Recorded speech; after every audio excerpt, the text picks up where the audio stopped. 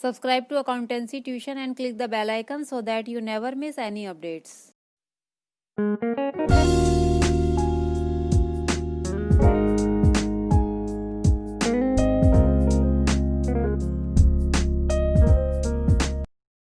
Students, आज हम class 11 का चैप्टर 9 कंटिन्यू करेंगे। ये इस चैप्टर की वीडियो नंबर 6 है, जिसमें हम कुछ इंपॉर्टेंट ट्रांजैक्शंस की जर्नल एंट्रीज बनाना सीखेंगे। स्टार्ट करते हैं आज का वीडियो। फर्स्ट ट्रांजैक्शन देखिए, sold goods for cash of the list price of ₹1 lakh at 15% trade discount and 3% cash discount. यहाँ पे गुड्स सेल हो रहे हैं, कैश सेल है ये। 1 लाख रुपीज के ऊपर 15% का ट्रेड डिस्काउंट कैलकुलेट करना है, लेकिन उसे बुक्स में रिकॉर्ड नहीं करना है। और यहाँ पर 3% का कैश डिस्काउंट भी है, जिसको हमें रिकॉर्ड करना है। तो सबसे पहले हम इसका वर्किंग नोट बनाएंगे और उसके बाद हम अपनी जर्नल एंट्री करेंगे। तो देखिए, लिस्ट प्राइस कितनी है इन गुड्स की, 1 लाख रुपीज है, जिसमें से हमें ट्रेड डिस्काउंट माइनस करना है। माइनस ट्रेड डिस्काउंट,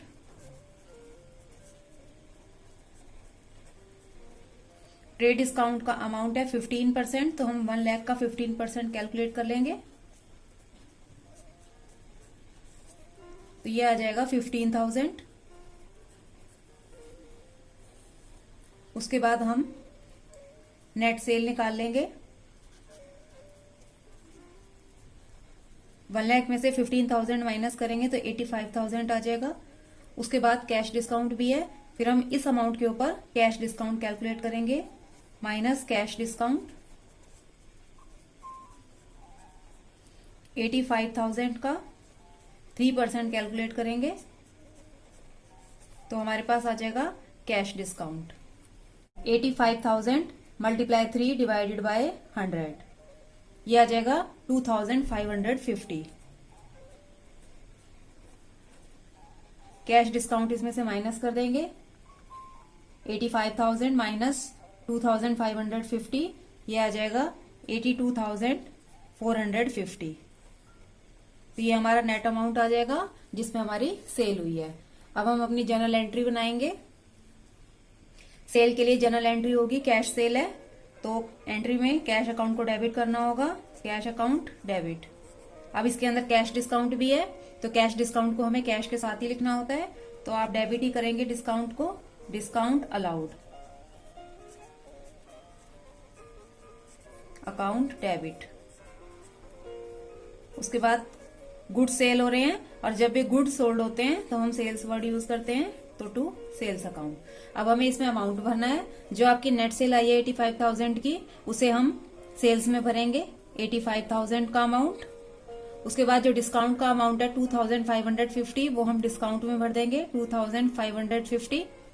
और जो हमारी आफ्टर कैश डिस्काउंट जो हमारा अमाउंट आया था, वो हमारा कैश सेल का अमाउंट है, मीन्स हमें कैश रिसीव हुआ है, तो ये आ जाएगा 82,450। तो इस तरह से ये जर्नल एंट्री पूरी होती है। यहाँ पर नरेशन लिख देंगे, being goods sold for cash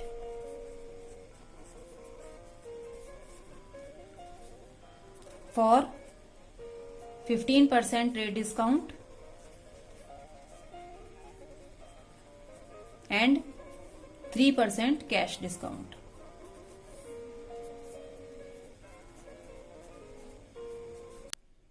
second transaction देखिए, sold goods to Shruti for ₹80,000 at 15% trade discount and 4% cash discount. Received 75% amount immediately through a cheque. Shruti को सेल की गई है 80,000 रुपीज की, 15% का ट्रेड डिस्काउंट है एंड 4% का कैश डिस्काउंट है। 75% का अमाउंट इमीडिएट पे किया गया है चेक के थ्रू। तो इसके लिए सबसे पहले हम वर्किंग नोट बनाएंगे। तो कॉस्ट ऑफ गुड सोल्ड है 80,000 रुपीज की, इसके ऊपर हम ट्रेड डिस्काउंट कैलकुलेट करेंगे, माइनस ट्रेड डिस्काउंट।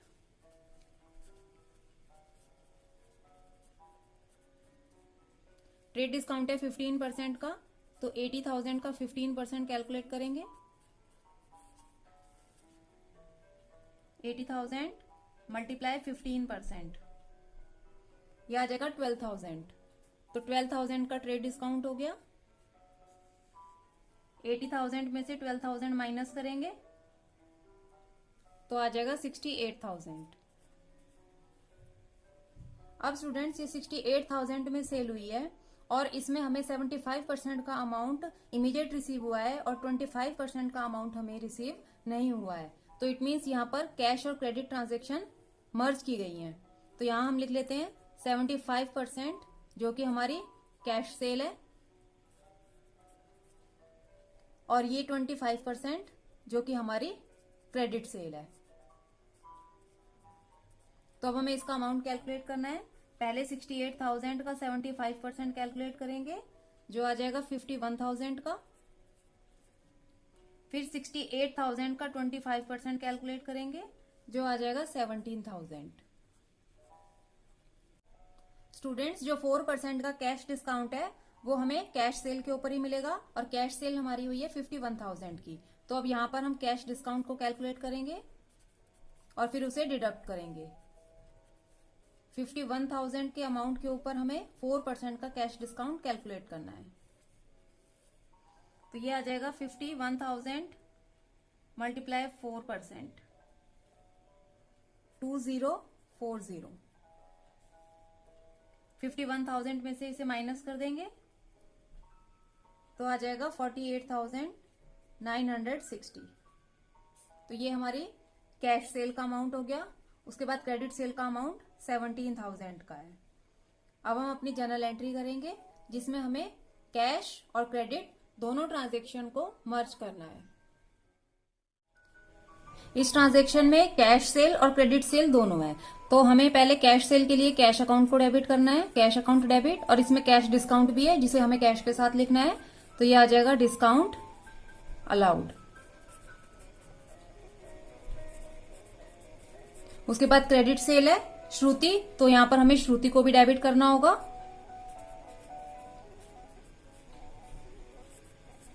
और नीचे आ जाएगा क्रेडिट में टू सेल्स अकाउंट। अब हमें इसमें अमाउंट फिल करना है। सेल्स में ये वाला नेट अमाउंट आएगा जो आपका आफ्टर ट्रेड डिस्काउंट है 68,000 का। तो सबसे पहले हम सेल्स में अमाउंट भर देते हैं 68,000 का। उसके बाद जो हमारा कैश डिस्काउंट है उसको हम कैश डिस्काउंट में फिल कर देते हैं 2,040 रुपीज का। उसके बाद जो हमें कैश रिसीव हुआ है 48,960 का, वो अमाउंट हम कैश में फिल कर देंगे 48,960। और उसके बाद जो 25% की क्रेडिट सेल है उसे हमें श्रुति में डेबिट करना है 17,000। तो इस तरह से ये जर्नल एंट्री पूरी होती है। आपको अमाउंट बड़ा केयरफुली भरना है। सेल का अमाउंट जो आफ्टर ट्रेड डिस्काउंट होगा वो आपको फिल करना है। कैश में जो एक्चुअल में कैश रिसीव होगा आफ्टर कैश डिस्काउंट वो फिल करना है। डिस्काउंट का अमाउंट तो आप सेपरेटली कैलकुलेट करते ही हैं, तो कैश डिस्काउंट का अमाउंट डिस्काउंट के सामने आएगा। और जो क्रेडिट सेल होती है जिसकी एंट्री होती है Shruti account debit to cell, ये वही है, ये दोनों को मर्ज कर दिया है। जो कैश सेल है उसकी एंट्री हो गई cash account debit discount account debit to sales, और जो क्रेडिट सेल है उसकी एंट्री है Shruti account debit to sale. तो ये दोनों एंट्रियों को मर्ज करके एक सिंगल एंट्री पास की गई है जिसमें कैश और क्रेडिट दोनों ट्रांजेक्शन को इंक्लूड किया गया है। आप यहाँ पे नरेशन लिख देंगे, good sold for cash and credit on 15% trade discount and 4% cash discount। इस ट्रांजैक्शन में स्टूडेंट एक बात का जरूर ध्यान रखना है कि जो कैश डिस्काउंट मिलेगा वो उसी अमाउंट के ऊपर मिलेगा जो इमीडिएट पे होगा। थर्ड ट्रांजैक्शन देखिए, sold goods to Vishal traders costing 40,000 at 25% profit, allowing 10% trade discount and 10% cash discount. Received 80% payment immediately by check. तो इस क्वेश्चन के लिए भी वर्किंग नोट बनाते हैं। सबसे पहले कॉस्ट ऑफ गुड्स सोल्ड लिख लेते हैं कि जो गुड्स सेल किए जा रहे हैं उनकी कॉस्ट कितनी है। कॉस्ट ऑफ गुड्स सोल्ड 40,000 के गुड्स हैं जिन्हें सेल कर रहे हैं और इन्हें 25% प्रॉफिट पे सेल कर रहे हैं, तो हम इसमें प्रॉफिट ऐड कर देंगे, ऐड प्रॉफिट। प्रॉफिट कैलकुलेट कर लेते हैं 40,000 मल्टीप्लाई 25%। तो प्रॉफिट आ जाएगा 40,000 का 25% 10,000। तो प्रॉफिट का अमाउंट है 10,000 जो हम कॉस्ट में प्लस कर देंगे, तो हमारे पास आ जाएगा 50,000 का अमाउंट। अब स्टूडेंट्स हमें ट्रेड डिस्काउंट माइनस करना है, minus trade discount. Trade discount 10% calculate करना है। 50,000 का 10% कैलकुलेट करेंगे विच इज 5,000। तो 5,000 का ट्रेड डिस्काउंट भी इसमें से माइनस कर देंगे तो आ जाएगा 45,000। अब यहाँ पर स्टूडेंट्स हमें कैश डिस्काउंट दिया हुआ है और अभी मैंने आपको बताया था कि कैश डिस्काउंट तभी दिया जाएगा उसी अमाउंट के ऊपर जो पेमेंट इमीडिएटली रिसीव हुई होगी। तो यहाँ पर 80% का पेमेंट इमीडिएट रिसीव हुआ है थ्रू चेक, तो यहाँ पर भी हम 80% और 20% कैलकुलेट कर लेंगे। 80% जो है वो कैश सेल है और 20% जो है वो क्रेडिट है। तो 80% का अमाउंट आएगा 45,000 मल्टीप्लाई 80%, ये आ जाएगा 36,000 का अमाउंट, और 45,000 का 20% भी कैलकुलेट कर लेंगे, ये आ जाएगा 9,000। अब हमें जो इमीडिएट हमने 80% पेमेंट की है उसके ऊपर 10% का कैश डिस्काउंट माइनस करना है। तो यहां से हम कैश डिस्काउंट माइनस करेंगे। 36,000 का 10% कैलकुलेट करेंगे जो कैश डिस्काउंट है, यह आ जाएगा 3,600।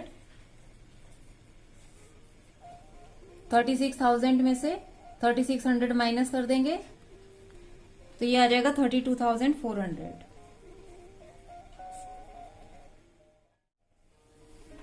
अब हम इसकी जनरल एंट्री बना लेते हैं। कैश और क्रेडिट इसमें भी दोनों को मर्ज करना है, तो पहले कैश सेल की एंट्री कर लेते हैं। Cash account debit, discount allowed account debit,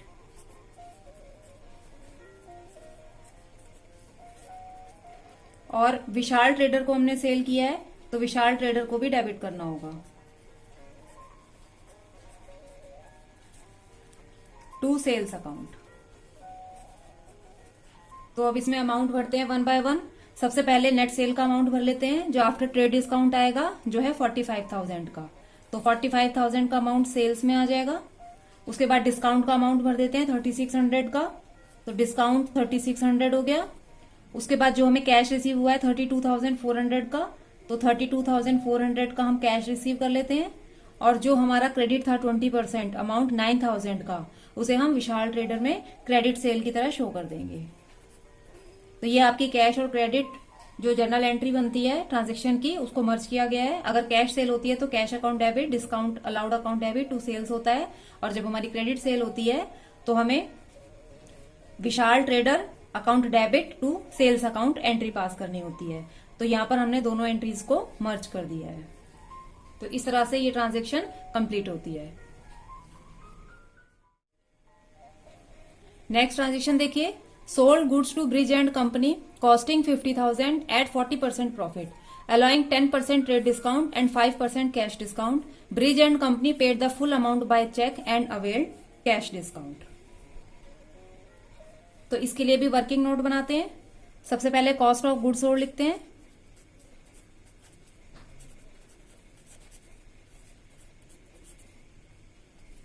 जो है 50,000 का। उसके बाद इसमें प्रॉफिट प्लस करते हैं 40% का। 50,000 का 40% कैलकुलेट करेंगे।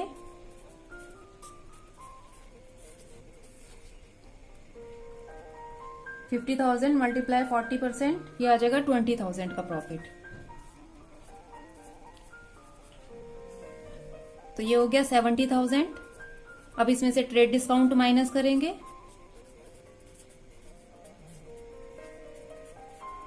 ट्रेड डिस्काउंट है 10% का, तो 70,000 का 10% कैलकुलेट करेंगे, ये आ जाएगा 7,000। माइनस करेंगे तो आ जाएगा 63,000। अब यहां पर फुल अमाउंट चेक से पेमेंट हो गया है, तो इट मीन्स 5% का कैश डिस्काउंट इस पूरे अमाउंट के ऊपर दिया जाएगा। तो यहां पर हम कैश डिस्काउंट की वैल्यू कैलकुलेट कर लेते हैं। 63,000 मल्टीप्लाई 5%, 63,000 मल्टीप्लाई 5 डिवाइडेड बाय 100, ये आ जाएगा 3150।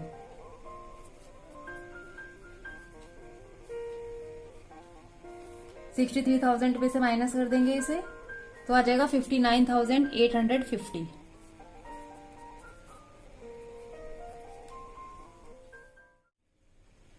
इसकी जनरल एंट्री करते हैं। Cash account debit,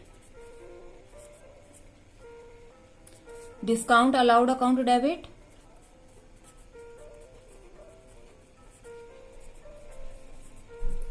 to sales account. Sales account में आफ्टर ट्रेड डिस्काउंट जो अमाउंट है वो फिल होगा 63,000 का।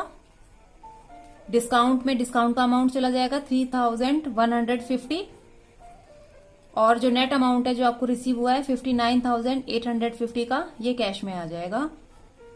यहां पर आप बैंक वर्ड भी यूज कर सकते हैं क्योंकि यहां पर पेमेंट चेक से हुई है, तो इसलिए बैंक वर्ड भी आप यहां पे यूज कर सकते हैं, बैंक अकाउंट डेबिट। तो जहां भी हमें चेक से पेमेंट रिसीव होगी या जब हम चेक से पेमेंट करेंगे तो हम बैंक वर्ड का यूज कर सकते हैं, और अदरवाइज अगर क्वेश्चन में कुछ नहीं मेंशन है तो हम कैश वर्ड यूज करेंगे। नेक्स्ट ट्रांजेक्शन देखिए, fifth transaction, sold goods to Dilip of the list price of ₹62,000 for 60,000। आपने दिलीप को गुड्स सेल किए हैं 62,000 के गुड्स से और जिन्हें 60,000 में सेल किया गया है, तो इट मीन्स यहाँ पर 2,000 का लॉस हो रहा है। लेकिन स्टूडेंट जब हम गुड्स की सेल करते हैं तो उसमें हम अपनी जर्नल एंट्री में प्रॉफिट एंड लॉस को शो नहीं करते हैं, जो उसकी सेल वैल्यू होती है उसी से हमें एंट्री पास करनी होती है।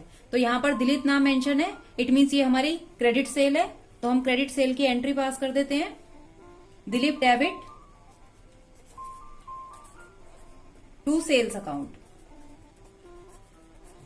और अमाउंट हमें वो रिसीव करना है जितने में सेल हुई है। ये 62,000 का अमाउंट हमें कंफ्यूज करने के लिए दिया हुआ है, आपको सिर्फ 60,000 के अमाउंट से एंट्री करनी है। बस आपको ये बात ध्यान रखनी है कि जब कभी भी गुड्स की सेल होगी तो उसमें हमें प्रॉफिट और लॉस को शो नहीं करना है, जो सेल वैल्यू होगी उसी अमाउंट से हमें एंट्री करनी है। उसके बाद नेक्स्ट ट्रांजेक्शन देखिए, machine costing 13,000 were sold to Ramesh for ₹15,000। अब यहाँ पर हम एक पर्टिकुलर एसेट का सेल कर रहे हैं, 13,000 की एसेट है जिसे हम रमेश को 15,000 में सेल कर रहे हैं, तो इट मीन्स यहाँ पे भी नाम मेंशन है, तो ये हमारी क्रेडिट सेल है, लेकिन यहाँ पर हमें 2,000 रुपीज का प्रॉफिट हो रहा है। तो स्टूडेंट्स ये बात आपको ध्यान रखनी है कि जब हम एसेट का सेल करेंगे तो उसमें हमें जो प्रॉफिट होगा उसे हम जनरल एंट्री में शो करेंगे, लेकिन जब गुड्स को सेल करते समय कोई प्रॉफिट होगा तो उसे हमें अपनी जनरल एंट्री में शो नहीं करना है, सिर्फ सेल वैल्यू से हमें डायरेक्ट एंट्री पास कर देनी है। तो इसके लिए एंट्री देखिए क्या होगी, क्रेडिट सेल की एंट्री होगी मशीनरी की, रमेश डेबिट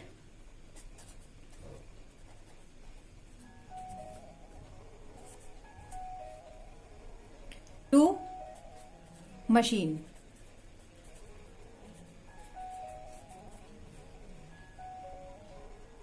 रमेश को हमने 15,000 में मशीन सेल की है, तो रमेश में हम 15,000 का अमाउंट फिल कर देंगे, और मशीन 13,000 की है तो मशीन में हम 13,000 का अमाउंट फिल कर देंगे।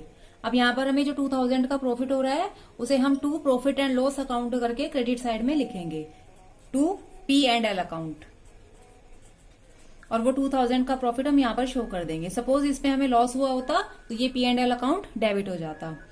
तो इस तरह से आपको एसेट की सेल में ये बात ध्यान रखनी है कि जब कभी भी आप एसेट का सेल करेंगे तो उसमें भी जो प्रॉफिट और लॉस हो रहा होगा उसको आप अपनी जनरल एंट्री में शो करेंगे, लेकिन जब गुड्स की सेल करेंगे तो उस पर होने वाले प्रॉफिट या लॉस को हमें शो नहीं करना है।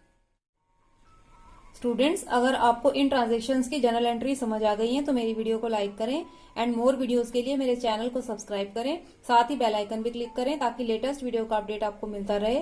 नेक्स्ट वीडियो में हम कुछ और इंपॉर्टेंट ट्रांजेक्शन्स की जनरल एंट्रीज बनाना सीखेंगे। Thanks for watching.